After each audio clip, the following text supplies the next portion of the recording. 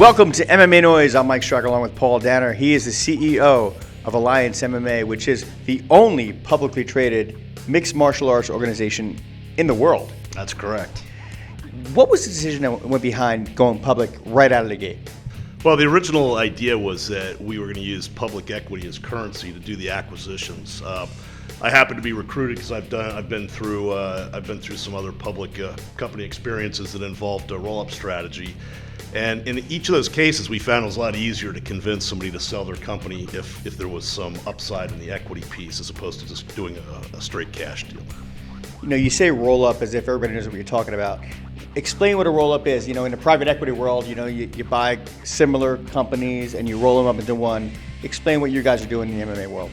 Sure. So the MMA world, in the sort of the second tier below the UFC and the Bellators and World Series of Fighting, there's a very fragmented series of regional promotions around the country. You know, probably hundreds of them. I don't know the exact number, but our intent is to go around and acquire in each geographic area what we think is sort of the premier regional event in that space. And our goal is to eventually have 20 of these under our umbrella so that we blanket the entire country.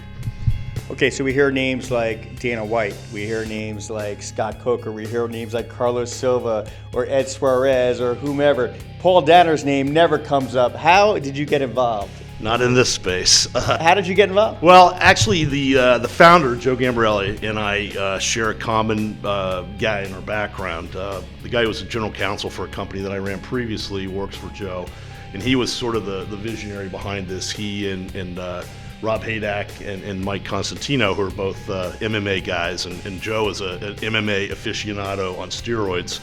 And his comment to me was, you know, we've got a ton of MMA guys, we got a bunch of Wall Street guys, but we don't have anybody that knows how to run anything. So my background is pretty operational, and I will admit that I knew nothing or little about the MMA world before I joined this crew, and it's been like drinking from a fire hose. I'm still trying to learn names, but I've been to probably 15 or so events now, and you know, I'm developing an appreciation for the sport, but I'm here mostly because of the business model and the background that I have in that regard. Explain to me the concept of having fighters and bringing them up into the UFC. Well, that's, you know, we understand our position in the food chain. We don't want to hold on to guys. Our success is judged by their success. So the more guys we move up, the more attractive we become to the next generation that's moving up. So we have a constant conduit of new talent. Our promoters spend a lot of time spending days in gyms and, you know, within a 7,500 mile radius of where they are located geographically. And one of their primary roles is to identify the next great guy and give them the chance to showcase their talents in our events. And, you know, as they move up, you know, it's kind of like if you're in the game business and you're selling to kids, you know, millions are born every year, and it just, you know, the conduit keeps flowing. Talk to me about Fight Time Promotions down in Florida and Carla Davis. Well, she's particularly special. You know, we just acquired Carla's promotion last month. You know, we've been working with her for the last. Well, actually, she knew the company, some of the founders beforehand, but you know, her husband died a little over a year ago, and you know, she went through some struggles keeping that promotion alive, and persevered, and I think is more dedicated, maybe more than anybody I've met, just because the intensity that she feels towards her background. And you know, she does a fantastic job. I don't know if you've ever been down to one of her promotions or not, but it's, you know, there's a lot of energy. You know, part of it is the market and the demographic, but it's really, you know, they're exciting, and she fills the house, and you know, we're really happy to have her. What do you look for when you're looking at companies to acquire? What is the number one characteristic that you look for? Attitude. We bring a lot of tools to the party that we think will help make, no matter who we acquire, better than they are currently. Not because they're not doing a great job, but we have a lot of things that we can do to enhance their performance. So basically what we're looking for are people that are willing to adapt to our system and will fit into the family. And you know, if they've got the right attitude, you know, we can fix the other stuff, or we can maximize the other things. But if they don't have the right attitude, that's a deal breaker. You know, you talked about egos, and you know, guys like Henzo, Rob Haydak, Constantino, Jim Byrne, Burt Watson, they have no egos. right? Yeah, no, especially when they're together. But when you talk about egos in the MMA world, I'm sure you run into promoters who think they know everything about the business.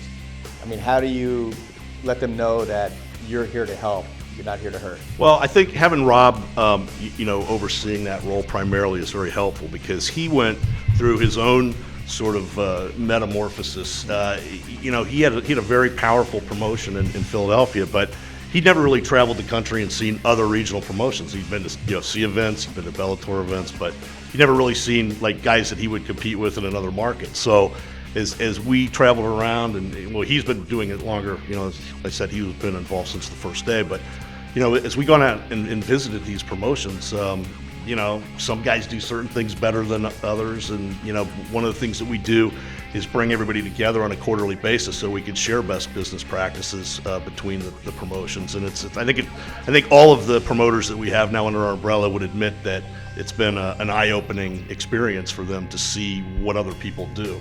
Now, I would be remiss as a journalist not to ask this question, but you bring up Sucker Punch. How does, we've heard a lot about WSOF and how one of their matchmakers might have been a manager. So how are you owning a management company and a promotion at the same time? How do you sort of straddle that fence? Well, we go out of our way to make sure that it's clear that in Sucker Punch's case, they represent the fighter. In our promoter's case, they represent the promotion. They each have their own matchmakers, and we make sure that everyone stays arm's length in that regard.